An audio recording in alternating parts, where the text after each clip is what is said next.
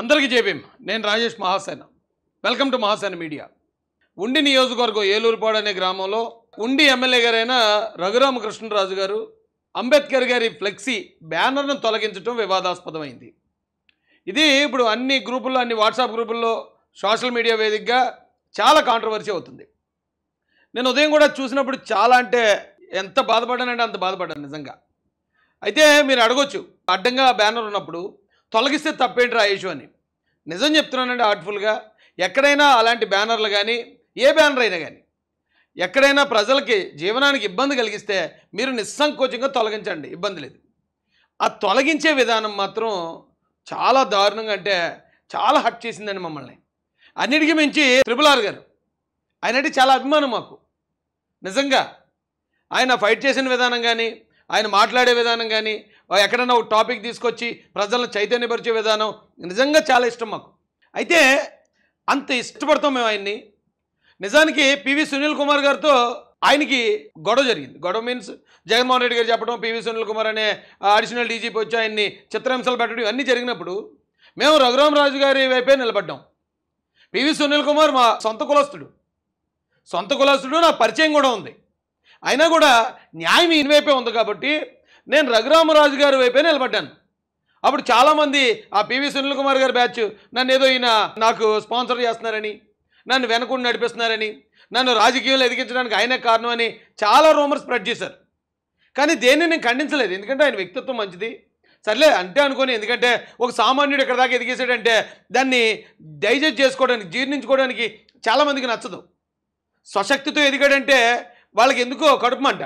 అందుకని ఆ పలానా వాళ్ళ ఆశీస్సులతో ఎదిగారు అని చెప్పి వాళ్ళ కడుపుమంటని సాటిస్ఫై చేసుకుంటారు. చేసుకొని నేను వదిలేశాను.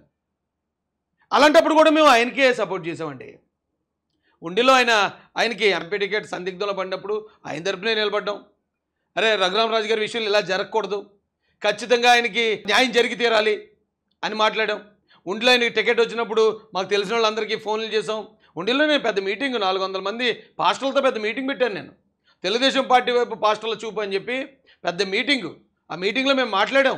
400 మంది పాస్టర్లు వచ్చారు. అయితే ఇంత ఎలా ఉన్న ఈ పరిస్థితుల్లో తెలుగుదేశం పార్టీ కానీ, జనసేన పార్టీ కానీ, ఈవెన్ బీజేపీ కూడా అంబేద్కర్ గారిని చాలా రెస్పెక్ట్ చేస్తాయి. చాలా రెస్పెక్ట్ చేసే ఈ పరిస్థితుల్లో రఘురామరాజు గారు ఇలాగ ఎందుకు బిహేవ్ చేశారు, ఆయన ఇలా ఎందుకు ప్రవర్తించాడు అనుకున్నాను. అయితే తర్వాత మళ్ళీ ఏదో చిన్న వే2 న్యూస్ SMS ఏదో వస్తుంది కదా, దానిలో వచ్చింది రఘురామరాజు గారు నేను వెళ్తున్నప్పుడు అక్కడ నాగేంద్ర స్వామి ఆలయానికి అడ్డంగా ఉంది కాబట్టి ఆ ఫ్లెక్స్ తీశాను తప్ప అంబేద్కర్ గారితో నాకు ఏ ఇబ్బంది లేదు, ఆయన అంటే నాకు చాలా రెస్పెక్ట్ అని ఆయన వివరణ ఇచ్చినట్టు చూశాను. ఓకే, క్లోజ్ అయిపోయిందేమో అనుకున్నాను. కానీ చాలామంది ఇప్పుడు ఈయన మాట్లాడిన వీడియోలు పంపిస్తున్నాను నాకు. అన్నా దీని మీద స్పందిస్తావా, స్పందించవా? మీరు ఒక పార్టీ కాబట్టి నువ్వు జాతిని, అంబేద్కర్ గారిని వదిలేస్తావా? రఘురామరాజు గారికి నీకు ఫ్రెండ్షిప్ ఉంది కాబట్టి నువ్వు ఇప్పుడు జాతి వైపు నిలబడకుండా రఘురామరాజు గారి వైపు నిలబడతారా అని చాలామంది అడుగుతున్నాను నేను. కానీ నేను ఒకటే మాట చెప్తానండి, ఎప్పుడూ ఫ్రెండో, జాతో, మరోటో కాదు, న్యాయం ఎటుంటే అటు నిలబడతాను నేను. ఆ క్రమంలోనే ఈ రోజున రఘురామరాజు గారు చేసిన ఆ పని ఏంటి, దానిలో న్యాయం ఉందా లేదా? నా పాయింట్ ఆఫ్ వ్యూలో మీకు చెప్తాను. ఏది న్యాయం అనిపిస్తుంది మీరు కామెంట్ చేయండి. రఘురామరాజు గారు అసలు ఏం జరిగింది? వివాదాస్పదమైన వీడియో ఇదే అండి.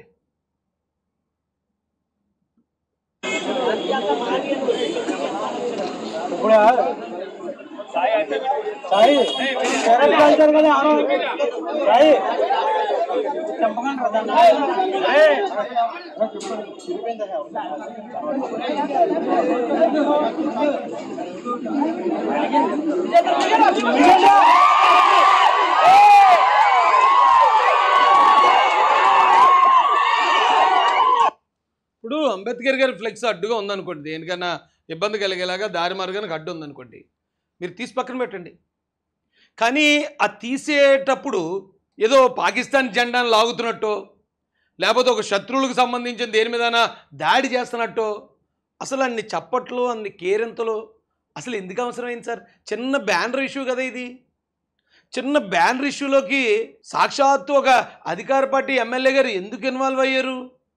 నిజంగానే అడ్డుగా ఉందనుకోండి, పోలీసు వారికి చెప్పొచ్చు, ఏమంటే చూడండి అక్కడ ఏదో ఇబ్బందిగా ఉందట, పలానా వాళ్ళకి కంప్లైంట్ వచ్చింది, దగ్గరుండి కాస్త వాళ్ళని వీళ్ళకి చెప్పి అది తొలగించండి అంటే వాళ్ళు ఎంతో గౌరవంగా వచ్చి పోలీసు వాళ్ళ నుంచి ఉంటారు, చక్కగా వాళ్ళతో వీళ్ళతో మాట్లాడతారు, పోలీసులు తీసి పక్కన పెడతారు, ఎవరు కాదనరు.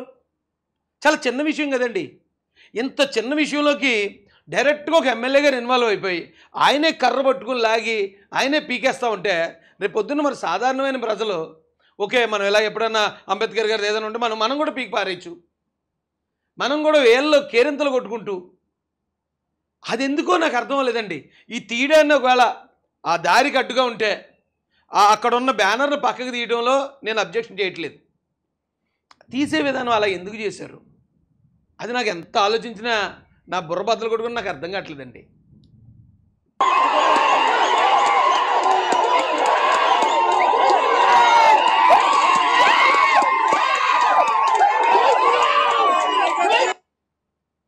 ఇక్కడ మళ్ళీ జనసేన జెండాలు ఎగరేస్తున్నారండి. ఆ కుర్రోళ్ళు ఎందుకు ఆ జనసేన జెండాలు ఎగరేస్తున్నారు? ఓన్లీ జనసేన జెండాలు ఉన్నాయి అక్కడ, తెలుగుదేశం ఎమ్మెల్యే గారు ఉన్నారు. నిజానికండి ఈ భారతదేశంలో అంబేద్కర్ గారిని రెస్పెక్ట్ చేయని నాయకులు లేరు. ప్రతి నాయకుడు ఆయన రెస్పెక్ట్ చేస్తారు. ఇప్పుడు జనసేనలో కొంతమంది పిల్లలు చేసిన దానికి పవన్ కళ్యాణ్ గారికి నేను లింక్ చేసే ఉద్దేశం నాకు లేదు. పవన్ కళ్యాణ్ గారికి, చంద్రబాబు నాయుడు గారికి, బాబాసాహెబ్ అంబేద్కర్ గారు అంటే చాలా రెస్పెక్ట్. ఈ పిల్లలు ఎవరో చేశారని మనం వారిని తప్పు పట్టకూడదు. అయితే పవన్ కళ్యాణ్ గారు, చంద్రబాబు నాయుడు గారే అంత రెస్పెక్ట్ ఇస్తారు కదా, వీళ్ళు ఎందుకు ఇంత ఇలాగా ఆ బ్యానర్ని పీకడంలో మీకు అది కూడా చూపిస్తాను రండి. అంటే అక్కడ జనసేన జెండాలతో వేస్తున్నారనేసి చూపిస్తున్నానండి. ఇక పవన్ కళ్యాణ్ గారు ఎంత గౌరవంగా ఆయన్ని ఇచ్చేస్తున్నారండి, అంబేద్కర్ గారిని ఎంత గౌరవ మర్యాదలతో ఆయన దండం పెడుతున్నారు. అంబేద్కర్ గారు ఏం సాధించారో పవన్ కళ్యాణ్ గారికి తెలుసు. ఏలూరుపాడులో 10 మంది జనసేన పిల్లలకు తెలియకపోవచ్చు, అందుకని మనం వాళ్ళని తప్పు పట్టట్లే.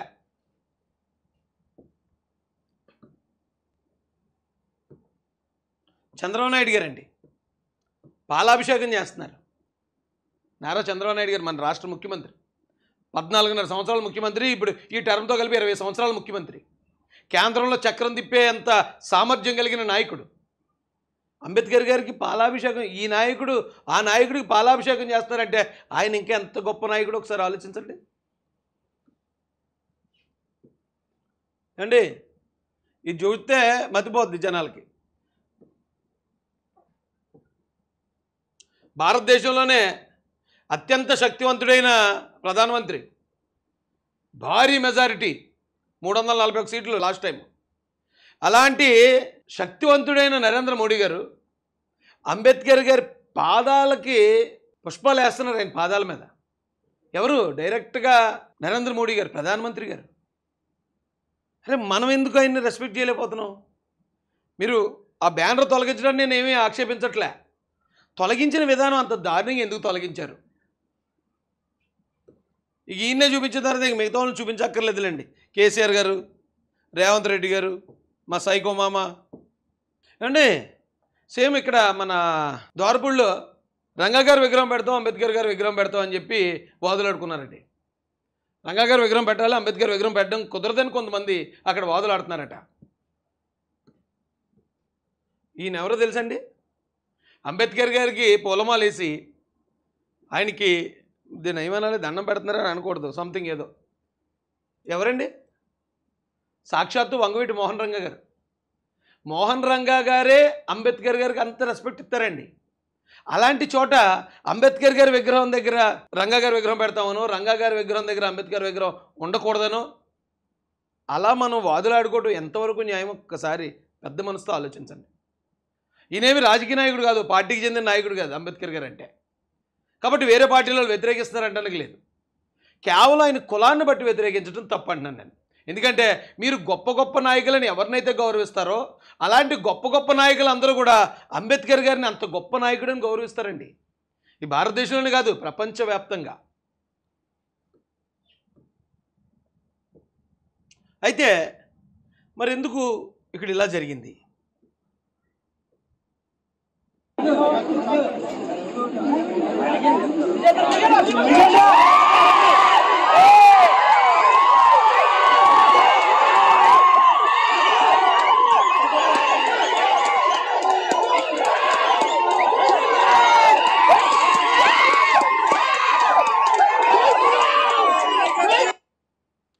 అంత హడావిడి అంత ఏళ్ళలో గోలలేసి దాన్ని లాగటం అంటే అక్కడున్న దళితుల్ని రెచ్చగొట్టే ప్రయత్నంలా లేదండి అది.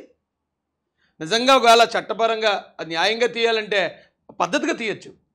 కానీ ఒక పెద్ద సమూహంతో వచ్చి అలా దాన్ని లాగి కేకలు అరుపులు చేస్తూ ఉంటే అక్కడున్న దళితుల మనసులు గాయపడతాయా పడవా చెప్పండి.